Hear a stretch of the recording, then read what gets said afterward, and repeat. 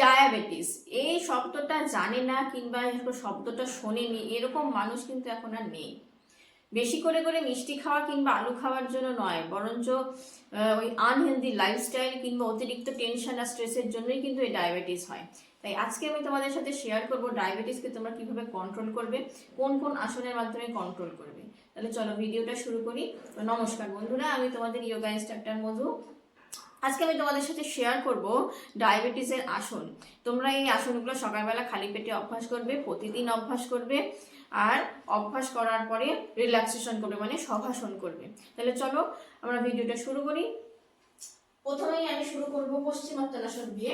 তাহলে চলো আমরা বসি।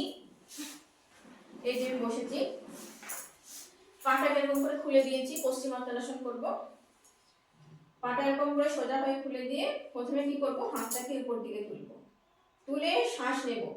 শ্বাস নিয়ে পায়ের বুড়ো আঙুলটাকে এরকম করে ধরো, হাত দিয়ে ধরে এক্সেল করতে করতে মাথাটা হাঁটুর মধ্যে ঠেকাও। আবার ইনহেল করতে করতে মাথাটা তোলো, তুলে এক্সেল করে করো। আবার দেখো, ব্রিথিং কিন্তু তোমরা ঠিকঠাক করে করবে। ব্রিথিং ঠিক না করলে কিন্তু আসনের কোনো লাভ কিন্তু পাওয়া যায় না। আবার করে দেখো, ইনহেল এক্সেল, নর্মাল ব্রিথিং। আবার ইনহেল এক্সেল। এবার যারা এখানে পায়ের আঙ্গুলে হাত দিয়ে মাথা ঠেকাতে পারে না, তারা কি করবে, তারা শুধুমাত্র আঙ্গুলে টাচ করে মাথাটা এরকম করে ঝুঁকিয়ে রাখবে।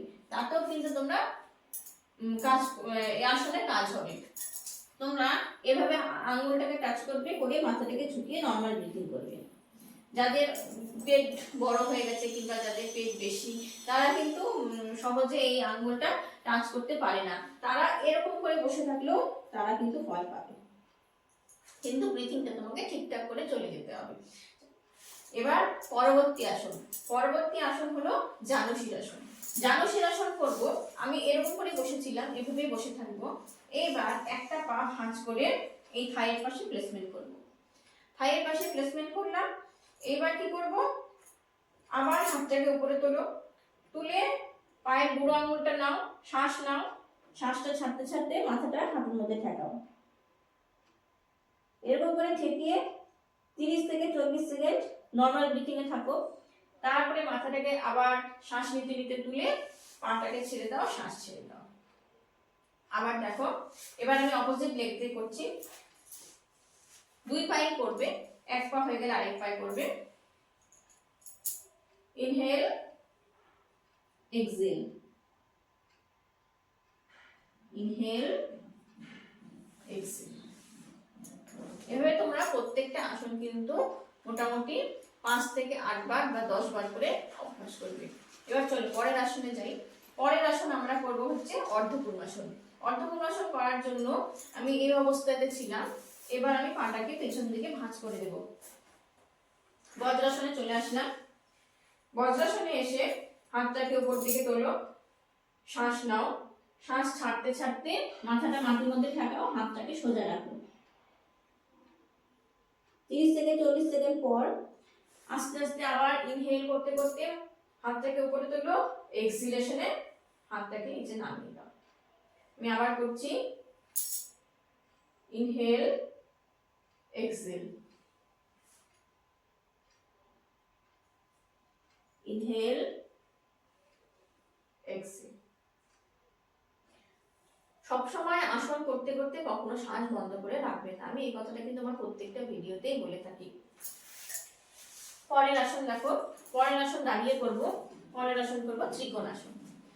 ত্রিকোণাসন করার সময় আমি দুটো পায়ের মাঝে এই খানিকটা করে গ্যাপ দেব। গ্যাপ দিলাম। এবার হাতটাকে শোল্ডার বরাবর একদম সোজা করো। সোজা করে শ্বাস নাও। শ্বাস নিয়ে ছাড়তে ছাড়তে প্রথমে ডান হাতটা ডান পায়ের সঙ্গে লাগাও, আর তুমি তাকাও বাম হাতে তালুর উপরে। আবার শ্বাস নিতে নিতে সোজা হও, শ্বাস ছাড়তে ছাড়তে পায়ের মাঝটা আবার জোড়া করে দাও।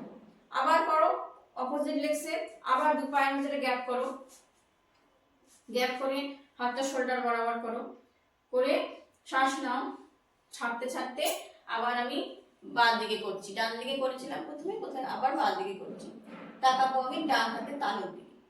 30 সেকেন্ড 40 সেকেন্ড করার পরে নর্মাল ব্রিথিং এ থাকবে, তারপরে আবার হাতটাকে সোজা করো, সোজা করে আবার আগের অবস্থায় চলে আসো।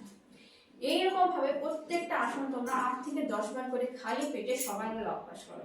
তোমাদের ডায়াবেটিসের যত রকম সমস্যা আছে না, ডায়াবেটিসের সব কিন্তু তোমরা এর থেকে ওভারকাম করতে পারবে, অন্তত ডায়াবেটিসকে অন্তত কন্ট্রোল করে রাখতে পারবে। আর তার সঙ্গে ডায়েট চার্টটা কিন্তু অবশ্যই ফলো করবে, কারণ বিনা ডায়েটে কিন্তু যোগাও কোনো কাজে আসে না।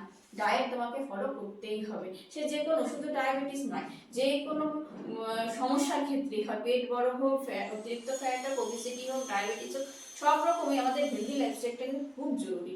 হেলদি লাইফস্টাইল না থাকলে কিন্তু আমরা সুস্থ থাকতে পারি না। তাহলে ঠিক আছে, চলো বন্ধুরা, আজকে ভিডিওটা এখানেই শেষ করছি। যদি ভিডিওটা তোমাদের ভালো লাগে একটা সাবস্ক্রাইব করে দিও।